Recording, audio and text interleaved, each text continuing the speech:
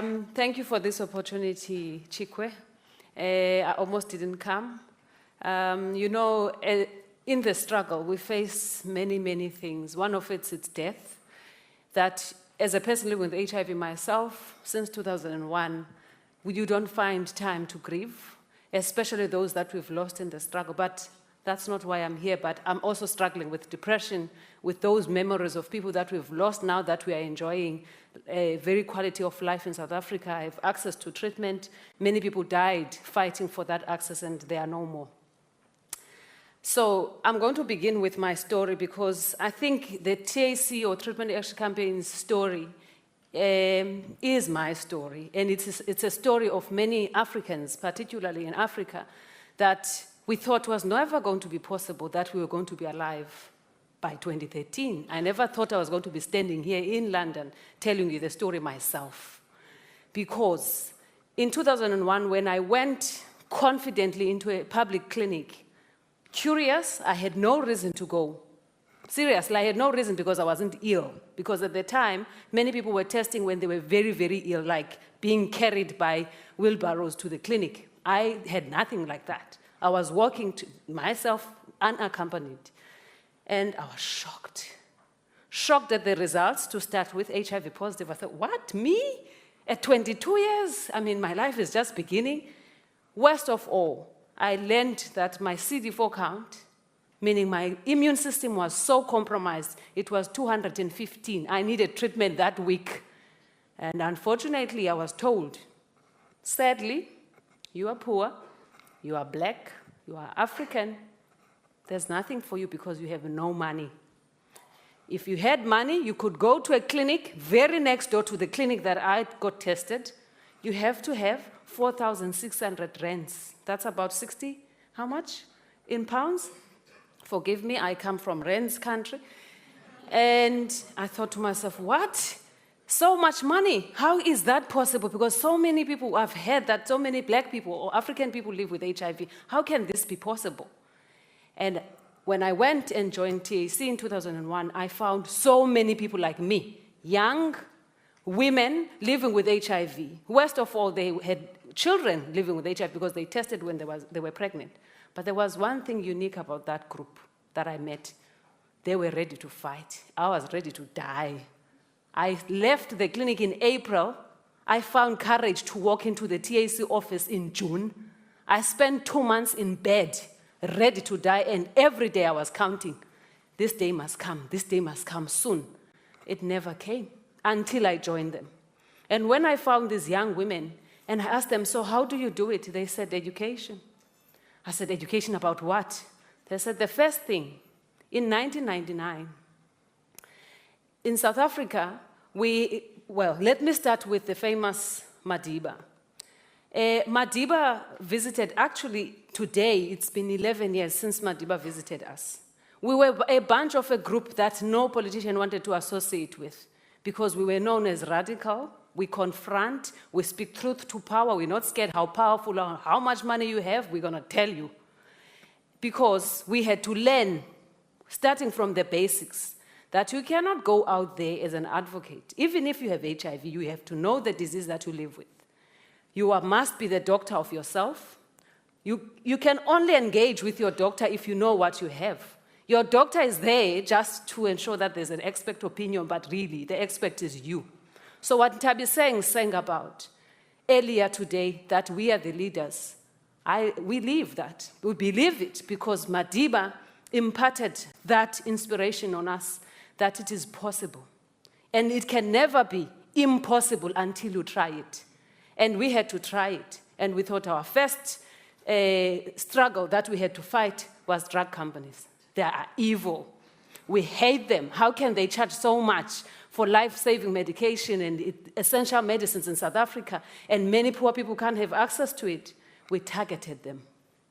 We targeted them with information. We wanted them to say publicly why they are charging so much. We started with a very important drug. It's known by many doctors. It treats very complicated thrush or fungal infections in many people with HIV. And most of us have experienced some form of thrush. And they were selling diflucan in South Africa because they had a patent. And a patent is a right, a license that you get somewhere in a very prestigious event in some European country under WTO, World Trade Organization, and you are given this license to sell this drug for 20 years without competition. It was sold in South Africa per tablet, 78 rands per tablet. And you don't need one tablet to treat thrush. You need a lot of tablets to treat thrush. And they charged 78 rands because they had no competition. And you know what we did?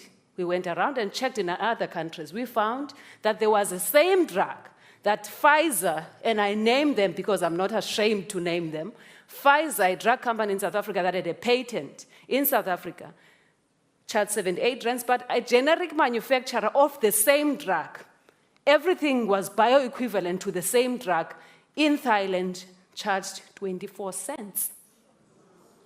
And you know what we did? Because we have been challenging them, to drop their prices, because we said you cannot continue to make profits in South Africa at the expense of our lives. And they said, no, you can go wherever you want to go. We're not going to drop our prices.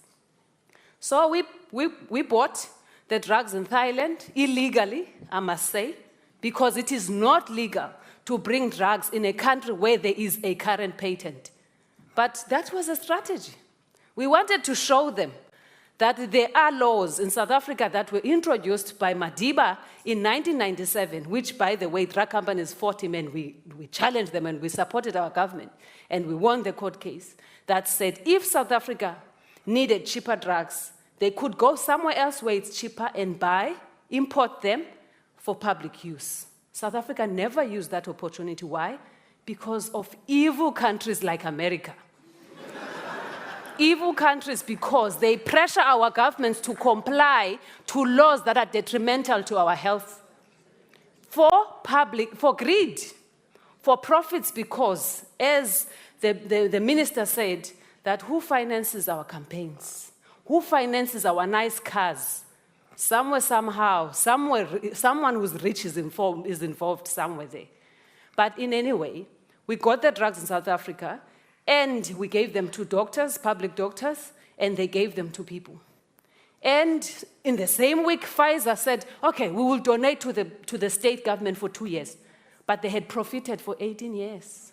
2 years is nothing. It's peanuts. And we said, cool, you donate, but for us it's a big victory because we are challenging competition. There must be competition because the more competition we have, the access is going to be, drugs are going to be available, and therefore many people are going to be treated. But we knew we were going for higher stakes. Higher stakes were not diflucan. Higher stakes were antiretrovirus. But we were testing the grounds by diflucan. Then we said, good. For opportunistic infections, we got diflucan. Now let's go for ARVs. I'm still talking about drug companies. All of us, we thought that was our enemy. It was obvious. We thought our government, if we push the drug companies to reduce the prices, government is embracing it, will change policy and take the opportunity. No. To our surprise, while we were busy fighting drug companies, government refused to acknowledge the role played by antiretrovirus. And as a result, we spent a lot of time debating science. And guess what? If we, as people living with HIV, did not know anything about science, they would have gotten away with it. But they were very surprised because they thought, because many of us in TAC had matric at the time, we don't know what we are talking about. And we said, no, we know law, we know health, HIV, politics and governance, so you don't tell us. And we were telling them facts, and they were shocked. The same, my former president was shocked when we argued with him about studies and what studies proved and what could be possibly benefiting South Africa in the long term and how we could increase our life expectancy. And he thought, no, you are being fed all these Western notions on how we need to get out of our epidemic. And we shocked him because it was ordinary citizens. It was people like me who come from families who couldn't afford, because my parents at the time, with their combined income, couldn't even afford my treatment.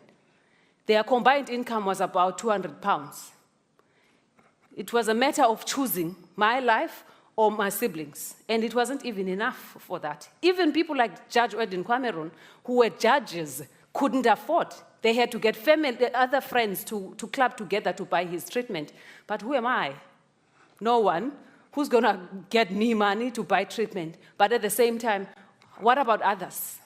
So we thought, okay, now we need to make sure that there's an HIV policy. If our government is not ready to embrace the struggles that we are doing on their behalf, then let's push government to ensure that there's an HIV policy in South Africa. But with all what I'm saying, it wasn't easy. Because remember, many of our members, including myself, are great supporters of the ANC. Now, you tell a South African who's a great supporter of the ANC to fight against government in public. People were like, no, it's not going to happen. And we thought, you know what? If our government doesn't provide ARVs for us, the same people who vote for them, they don't care. So therefore, we also must fight back. And it's our power by the numbers. We used to mobilize. I remember at the time when I was given the right to go out there because I was educated and tested, I went and started in my own family. I said, you know, I've been thinking all is well out there, and I only realized that actually we need to stand up and fight for ourselves, and this is what the story is about. And it then starts to spread from one house to another. And we didn't have Twitter and Facebook at the time because I didn't even have a cell phone. In 2001, I didn't own a cell phone. We had to go house by house. You knock at people's doors. You tell them your story, that I am HIV positive. And they were like, what? You are walking and you are HIV positive. You bring a positive story and identity to HIV than what was known, which was silence. People who are very skinny, who can't walk, kept in the back doors. They mustn't be seen because we are a disgrace. And now you are bringing a different view and image of HIV by talking about it and saying there's something we can do. And that something we can do is the hope that Mandela gave us in South Africa. That it is that hope, that light, even if how small it is, that must keep us going until justice is served. We cannot give up. And that's the hope we gave. That's the hope we gave others, and that's the hope I gave myself. Remember, even, I'm talking about now 2003, 2002, I'm still not on treatment. But you know what? Because I wasn't focusing on myself, I was focusing on the struggle, so I was so busy fighting, and I forgot about my own health. Not that I forgot, but I knew because there wasn't any treatment, but I was scared. I was scared if I don't do anything, my day is going to come, and it will come very fast. So I must make sure that we give everything we have to the struggle, so that by the time I'm really, really desperate, like 1 CD4 count ARVs will be available. Because you know what the saying is, if you don't fight for others, everyone else will disappear, and then you will have no one to fight for you. So you must always think about if there's an injustice next door, a man is beating his wife, and you keep quiet. Yeah, some man is going to beat your daughter, and they will keep quiet. And again, and again, and again, and again. Because we tend to think it is not my business. It is your business. Where there's an injustice, it is your business. Now, I want to share with you that you think, because South Africa now, over 2.4 million people have access to treatment from 0 in 98. It would not have been possible if we didn't test if the chair is made of metal or it's made of plastic. And what do I mean by that? You know, if you are a slave, you tend to think if you are tied into a chair, that chair is so heavy you can't move it. It's in your head. But have you tried to move it? Actually, you can actually run with the chair because the chair is plastic, it's not even metal. That's what we thought about drug companies and government, that these people are so powerful. We can never even be around them. No, no, no, no, no, no. They are made of plastic. You can shake them. You can shake them to a point where they talk about you even when you are not there. Because we are known as this group that wants everything for nothing. Yes, if it's life-saving, drugs must be free. If it's life-saving, medication must be free. So we are not yet free, even though I'm telling you today because I'm alive. My drugs cost, because I'm still on first-line regimen, after 9 years, thanks to adherence. You know, many people thought that Africans' adherence These ones are too poor to be treated. Don't even waste your time with Africans. They don't know time. That's the thing. They don't know time because these drugs, we must take them consistently, correctly, at the same time. But unfortunately, we've beaten them in so many ways. We are more adherent than those who thought that we will never be adherent to our treatment. And on top of it, our life expectancy in South Africa is rising by 10 years because of ARVs. I'm now back to society. I'm contributing to society. I'm studying. I have 2 kids who are HIV negative. I have a husband who's negative. It would never have been possible.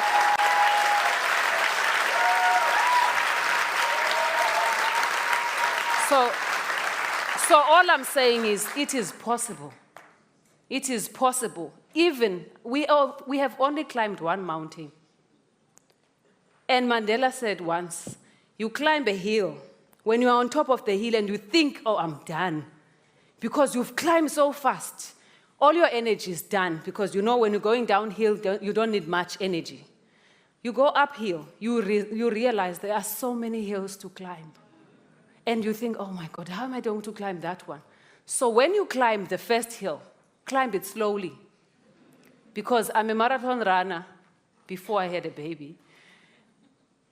When you run, you pace yourself. So don't run too fast, because by the time you are at the finishing line, you can't even have a conversation and smile. You must pace yourself. Love what you're doing. Even if we are so angry. Yes, I'm one of those angry black women. I'm angry at my father for not giving me access to education. I'm angry at my government for allowing so many of my sisters to be HIV positive because there's no access to sex education at school. There are no condoms. I'm angry at everyone.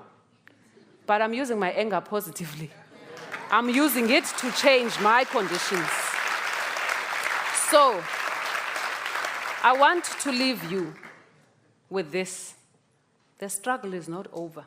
Yes, we have treatment, but we only have treatment that will last us for 10 to 15 years. So are you telling me that I should accept that I'm going to live just for 15 years? No. I'm fighting for the next generation of treatment because second-line treatment is expensive. Inaccessible in other countries like Malawi, and people will be like, no, we can only afford first line, so thank you. If you are only here to cry and say you need second line, it's not available. We can only give you first line. You can live 15 years. Be thankful that government did something for you. We cannot accept that. Why should we accept it when people who have diabetes, when people who have cancer, when other people who have other illnesses have accepted that treatment is available for them? But even them, treatment is available at a very high cost. So my struggle, an injury to one, my struggle is your struggle. Because even though I have access to very expensive HIV treatment, next time it's going to be you, cancer treatment. Next time it's going to be you, TB, MDR treatment that's not available. And next time it's your child, cancer, and so on. So if you don't do anything, your time will come. It will come very fast and you will never realize what hit you. So I'm leaving you with that we are the generation that Mandela hoped that we were going to change our current conditions. And our current conditions are not apartheid, are social injustices, corruption, that's a plague in our own countries, access to health care, access to education, that's our struggle.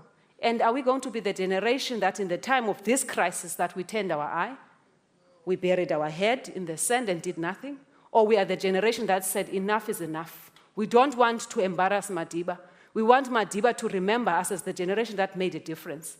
Even the next generation, my daughter who's 6 years, my son who's 4 months, will say, my mommy did something, and I have to do something too for my next generation. Thank you.